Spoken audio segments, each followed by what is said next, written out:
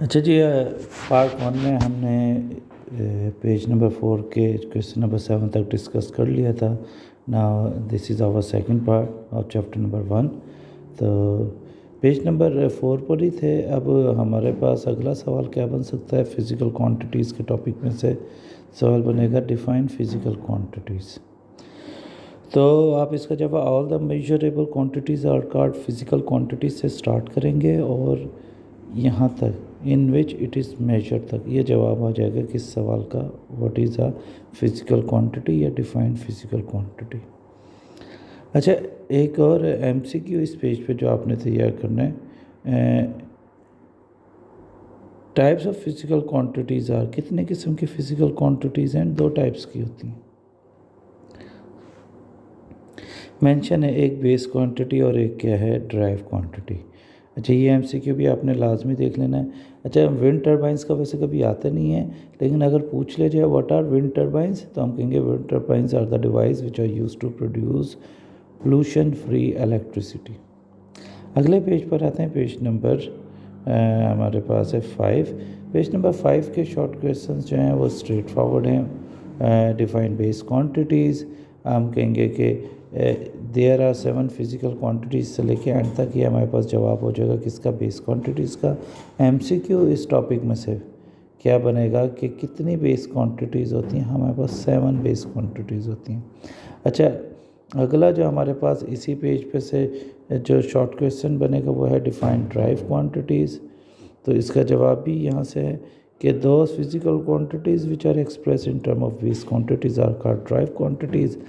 बस इसका जवाब आप एग्जांपल्स में एरिया, वॉल्यूम, स्पीड और फोर्स एक्सेट्रा यहाँ पे लिख तक आप इसका जवाब क्या कर देंगे, कंप्लीट कर देंगे। ये क्वेश्चन नंबर 10 का जवाब है। क्वेश्चन नंबर 11 इस पेज का बनेगा डिफाइन यूनिट। अच्छा, फिर मैं बताता चलूँ एमसीक्यू अभी तक यहाँ पे क्या है, बेस क्वांटिटी का पूछा जा सकता है कि कितनी बेस क्वांटिटीज़ हैं? हम कहेंगे 7 हैं। अब अगला क्वेश्चन जो इस पेज पे बन सकता है वो ये है कि डिफाइन यूनिट। इसका जवाब आप यहाँ से स्टार्ट करेंगे, there is a need of some standard quantity on the basis of which unknown quantities are express, पर there is a need for of some standard quantities से लेके इस कॉल्ड यूनिट। ये हमारे पास क्वेश्चन नंबर 11 का जवाब आ गया कि यूनिट को डिफाइन करें। अब अगला सवाल है what is international system of unit. ये भी इसी पेज का सवाल है, इसका जवाब यहाँ से यूज़ करेंगे। दी 11 जनरल कॉन्फ्रेंस से लेके और ये कॉमनली रेफर्ड एज SI तक, ये हमारे पास क्वेश्चन नंबर 12 का जवाब है। क्वेश्चन नंबर 13 इसी पेज पे बनेगा और वो है कि व्हाट आर बेस यूनिट। अच्छा, एक चीज़ आपने समझनी है, बेस क्वांटिटीज़ और बेस यूनिट ना दोनों की डेफिनेशन सेम है और ना ही दोनों की examples. Quantities obviously they are used to describe physical quantities, और यूनिट जो है उनकी वो स्टैंडर्ड वैल्यूज़ हैं जिनसे ये मैयर होती हैं क्वांटिटीज़। तो बहरहाल आपने क्या रखना है कि सवाल का पता होना चाहिए कि आपसे बेस क्वांटिटी पूछा गया या base unit.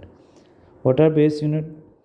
The unit that describes से स्टार्ट करेंगे are called base unit. For example kilogram, metre and second. अब बेस यूनिट की एग्जांपल में आपने इसी तरह की एग्जांपल लिखनी है, यूनिट्स की एग्जांपल लिखनी है। पता चले कि आप बेस यूनिट को डिफाइन कर रहे हैं और एग्जांपल दे दें क्वांटिटीज़ की। मतलब बेस यूनिट की एग्जांपल में मैं मैस एग्जांपल नहीं दे सकता, मैस तो क्वांटिटी है।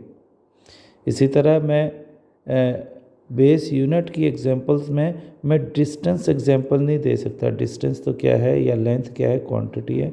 हाँ, मैं मीटर जो है वो यूनिट की एग्जांपल दूंगा। अच्छा, इस पेज पे से जो शॉर्ट क्वेश्चन बन सकते हैं, MCQs बन सकते हैं, वो ये हैं कि 1 सेंटीमीटर क्यूब 1 मिलीलीटर के बराबर है, या 1 लीटर 1000 मिलीलीटर, या 1 DM क्यूब या 1000 सेंटीमीटर क्यूब। ये सारे एक जैसे MCQs हैं। इसमें सिर्फ ये वाला डिफरेंट है कि 1 मीटर क्यूब में 1000 लीटर होता है। ये बुक में मेंशन नहीं है, लेकिन ये वाला MCQ भी इसी पेज का है। पेज नंबर 6 से क्या क्या आ सकता है?